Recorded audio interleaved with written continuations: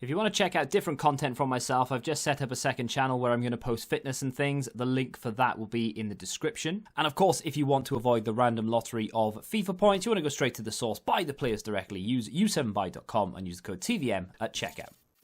What is going on, guys? TVM here. Welcome back to another episode of the Norwich City career mode. I apologise, A, this episode is late today, and B, that there wasn't an episode yesterday. I'm sure many of you thought that this series was going to end abruptly, but it's not. It will continue until the demo comes out, and then once the demo comes out, we'll hit reviews hard, and then, of course, when the new FIFA 21 launches, we will drop into a brand new career mode. Haven't decided on the team yet, so that's still up for debate. We'll talk about that in a later episode, though, I'm sure. Arsenal drew first blood in our opening day of the season. I tell you what, we did not feel good.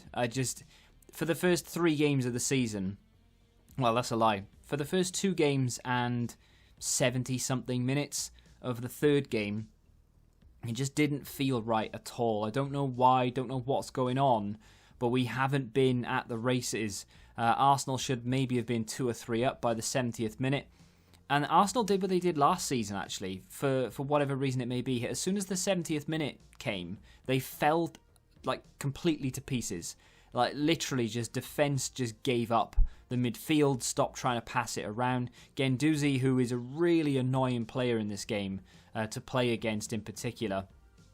He holds the ball very well, he's very strong, he's aggressive, and for whatever reason, as soon as the 70th minute hit, he just sort of started lumping it out of play wherever possible. He wasn't holding the ball very well, he fell over a lot. I'm not sure whether it was a fitness thing. They look quite fit. I don't really know what the problem is, but yeah, they just sort of fell to pieces. Gravenberch managed to work his way all the way into the 6-yard area, smashes it past the goalkeeper, makes it 2-1, and rather undeservedly, we walk away winners. We really shouldn't have taken 3 points there. I mean, to be fair, that's like a classic Arsenal performance, I guess, and they still haven't worked out those kinks. We are going to go in for another transfer before the window shuts, and to be fair, this may very well not be the last transfer we make. Anthony Gordon, those of you who know a lot about Everton youth players will know that this guy in real life is probably going to be one of England's future stars. However, in FIFA, not so much. So why are we signing him?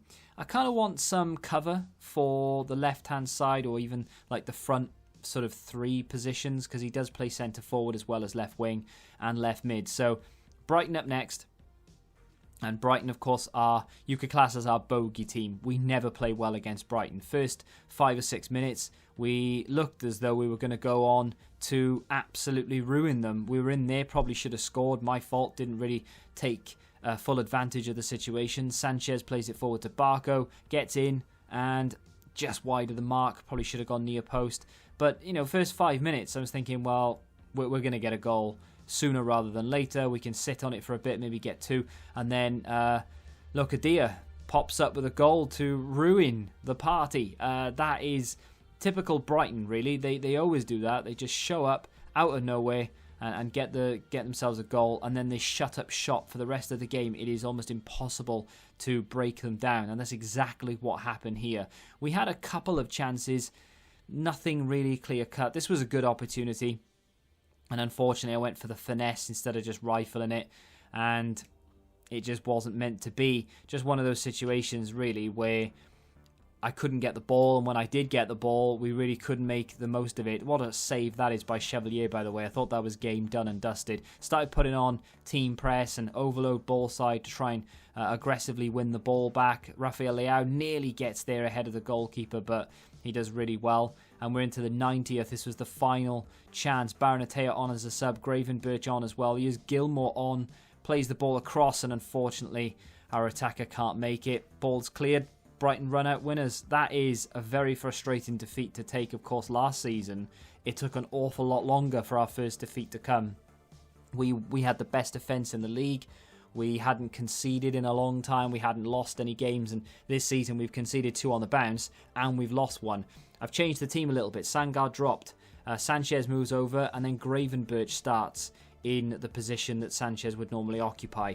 Why have I done that? I needed to do something, and Sangar is realistically the only player that I haven't tried changing yet. Rafael Leao gets in here, scuffs his shot, hits the water bottle, which back in FIFA 2001 was actually an achievement. Not like an actual achievement, but if you could do it, then you'd be proud of yourself. He gets in again and manages to score to make it 1-0 in 10 minutes. So a better start against Villa. Kubo with a free kick, who's now a designated free kick taker, but we do need to get someone who knows how to kick the ball a little bit better from the dead ball situation. 43 minutes on the clock, and Lewis, who comes in for Lodi as well, actually, has done really well there. And then this absolute monstrosity. Bella Kotchap's about to clear it. Chevalier goes to claim it, takes out Bella Kotchap. Ball rolls to, I can't remember his name, Mings. And then he pops it in. Just before the interval, we're into stoppage time of the first half here, and Rafael Leao makes some space for himself and hits the bar from the save from the goalkeeper. Second half, Samatta comes on for Dennis. Not quite sure why that was. Villa were doing quite well. There wasn't really any need to make changes, I suppose possibly fatigue. But Rafael Leao gets in here. Sliding challenge from the defender, not good enough to stop the onslaught of the strikers. And then, like I said at the very beginning, from the 70th minute in the third game onwards, it was almost like a different team. We nearly conceded there, and I thought, oh God, here we go again. But apart from that one little blip, we were knocking it around really well. Players were moving nice and crisp, and every shot was going to its intended target. The passes were on point. Greenwood comes on as a sub with 3-1 up. The game's done and dusted. Greenwood lays it off to Jonathan David, plays it to Rafael Leao, who holds it up, and there goes Greenwood. Can he get himself a goal before he goes back to Manchester United? Yes, he can. I say before he goes back. He'll probably play for us before then, but as many goals as he can rack up, the better, I'm sure. Rafael Leao picks up a hat-trick. Happy days. We run out 4-1 winners, and that is what we like to see. What does that do for the table this early on? Well, we're in 8th. Classic. That's in and around where we normally are. Everton, believe it or not, top of the league. They must have played the 3 newly promoted sides, because in no other universe are Everton top of the league after the first 3 games.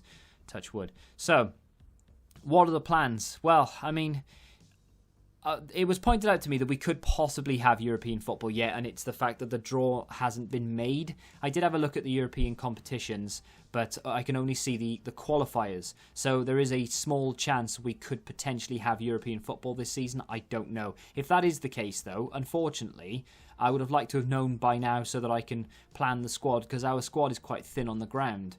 So I haven't really bought anyone else apart from the Everton, Gordon, who's only going to get cup games really and a bit here or there, just in case we get an injury really. But we'll have to, we'll have to see what happens. I'll have to look into it a little bit more, keep an eye on it, and see if we do end up getting European football. If we do, then we're going to need to go out and buy and spend, 30 million or so we've got left on maybe 3 or 4 players just for rotation purposes.